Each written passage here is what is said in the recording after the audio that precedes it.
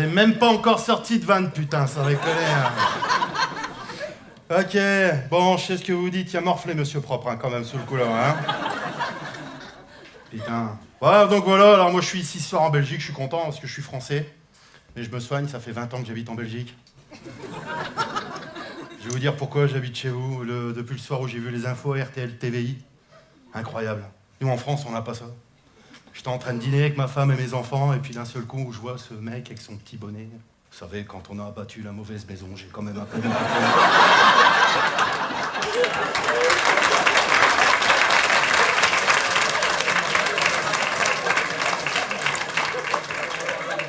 J'ai signé direct. Rien à foutre, hein. Donc voilà, je vais vous expliquer mon profil. Vous le voyez déjà, 1m90, 130 kg, 26 cm. On est sur du parfait.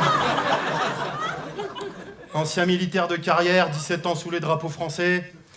Donc, et puis les drapeaux belges, hein, parce que j'étais avec votre pays en Yougoslavie. Donc voilà, alors le problème pour rentrer dans l'armée, pas de souci. Le souci, c'est quand on sort au bout de 17 ans.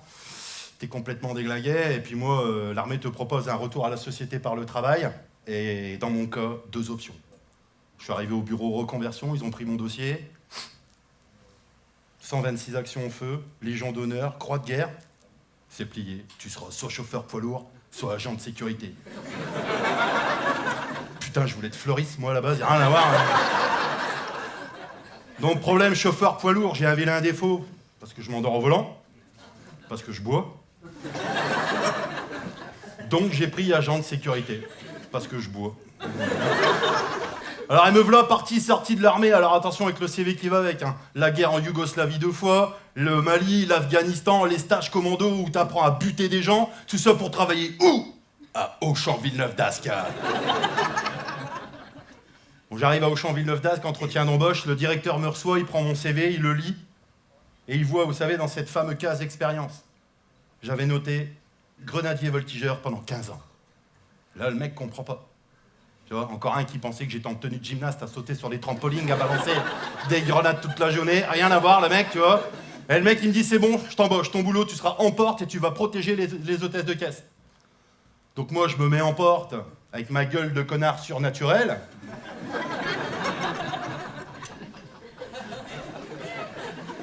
Et mon corps légendaire de l'époque, hein, parce que là, je suis rentré dans ce fameux club des gars qui peuvent plus dormir à plat ventre. Sinon, ça fait bascule. Et du coup, je vomis. Chiant. Donc, je me mets en porte. Et j'attends. Alors, au bout d'un moment, je vous dis, j'ai commencé à me faire chier. Donc, du coup, je me faisais des petits clips, je me prenais pour un videur. Je voyais les gens arriver. Pas de basket. On peut pas rentrer en basket à Auchan, monsieur. J'étais tellement dissuasif qu'il y en a même qui ont enlevé leur pompe, putain. C'est le chef qui gueulait, il disait c'est qui tous ces cons dans le rayon surgelé en chaussettes? Pas moi. Hein. Puis après, il y a eu les questions aussi. Moi, j'avais pas les codes. Vous voyez, hein, à l'armée, c'est très ta. Moi, j'ai eu des questions. Elles m'ont plié 8 heures par jour, 7 jours sur 7. Vous voulez peut-être poser aussi cette putain de question quand vous êtes rentré dans un magasin? Est-ce que je peux rentrer avec mon sac? Alors déjà, on parle pas comme ça de sa femme, monsieur. Non mais après la connerie, il reprend le dessus. Je dis ouais, elle peut rentrer, ouais. Faut qu'elle fasse ça. C'était comme ça rentrer l'Auchan. Rien à voir. Bon après j'ai dû arrêter parce que les gens ils étaient pas très d'accord, vous voyez. Puis après ils sont venus les trucs beaucoup plus graves. Les premières agressions. Première agression. Je m'en souviendrai toute ma vie. Ça a été une agression verbale.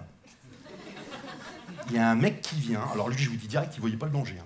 Il vient et il pète un câble parce que chewing-gum Fridan, il est 15 centimes plus cher dans le rayon que dans le prospectus. Et il me gueule dessus. Alors moi, quand je suis sorti de l'armée, je suis sorti avec un cadeau inestimable, je suis sorti avec un syndrome post-traumatique. Ça fait que je réfléchis pas comme tout le monde. Donc le mec continue à me gueuler dessus, moi serein. Il lui fait un chabit. Le mec se penche en avant, je lui dis autant de joindre l'utile à l'agréable. Je lui refais le panoramique dentaire. Il a été surpris, puis il bouffera plus de chewing-gum de sa vie.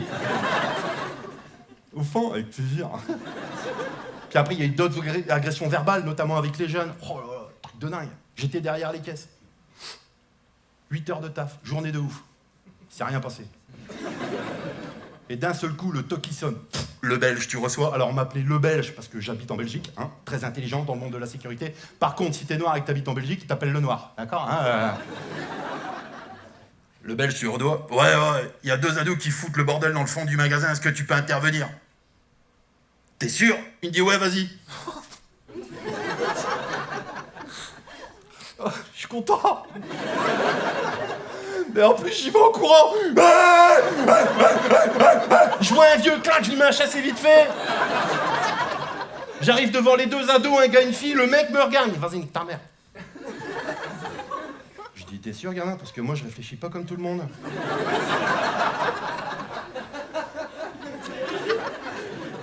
Et il me reprend, le mec. Il me dit, hey, je vais t'égorger à la sortie du magasin. Je dis, ouais. Je dis, écoute, grand bien te fasse, mon bonhomme. Je dis, t'as vu la taille de mes doigts? Je te mets un pouce dans le cul, t'éclates, hein.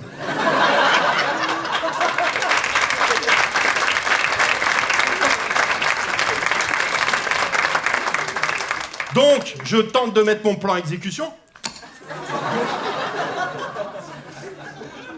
C'est lui qui a couru.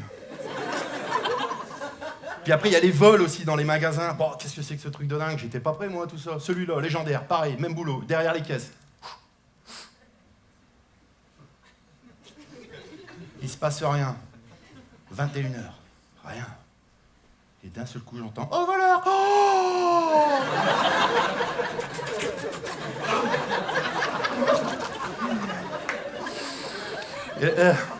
Je tourne ma tête, je le vois, je dis « Ah, c'est pour moi celui-là !»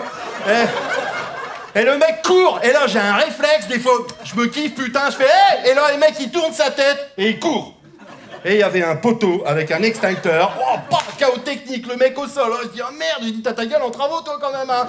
Donc, du coup, j'arrive sur lui et je dis, putain, il faut que je le réveille. Donc, j'envoie une paire de CBF dans la gueule. Alors, CBF, pour ceux qui savent pas, l'armée, c'est un terme militaire, ça s'appelle des claques de bon fonctionnement. Au bout d'une centaine d'impacts, je vois qu'il se réveille pas. Je dis, bah merde, quand même, je le mets en PLS, machin. Mes collègues arrivent, machin, tout ça. On attend la police, les pompiers, comme ça, on attend. Il y a un mec qui se pointe. Level. Il nous regarde, clin d'œil et tout. Il prend les jambes du gars. Il tourne, machin. Je dis, bonjour monsieur, qu'est-ce que vous faites? Ma fille, elle est en médecine. Je dis, bah moi je suis carreleur, comment on s'arrange? Puis après, il y a des catégories de voleurs aussi que je connaissais pas. Vous connaissez les wesh bien? Non. Les mecs qui font, wesh monsieur, bien. Claquette chaussette, vous situez? Aussi efficace qu'un doigt d'honneur dans une moufle, on est bon? Donc lui, je le vois, je suis en porte, il choure une bouteille de vodka de 2 litres qui planque dans son survêtement moulant. Et il me l'a fait, hein. Mais c'est bien. Je dis, hey, Copperfield, toi aussi t'as un slip magique, là? Donc je l'interpelle, et lui, quand je l'interpelle, il pète un câble. Et quand il pète un câble, il commence à faire des trucs genre... Jean-Claude 20 grammes. Donc là, technique, je lui propose un coup de pouce. Il court, il tombe, la bouteille pète. On l'a revu 15 jours après. C'est bien. Ouais.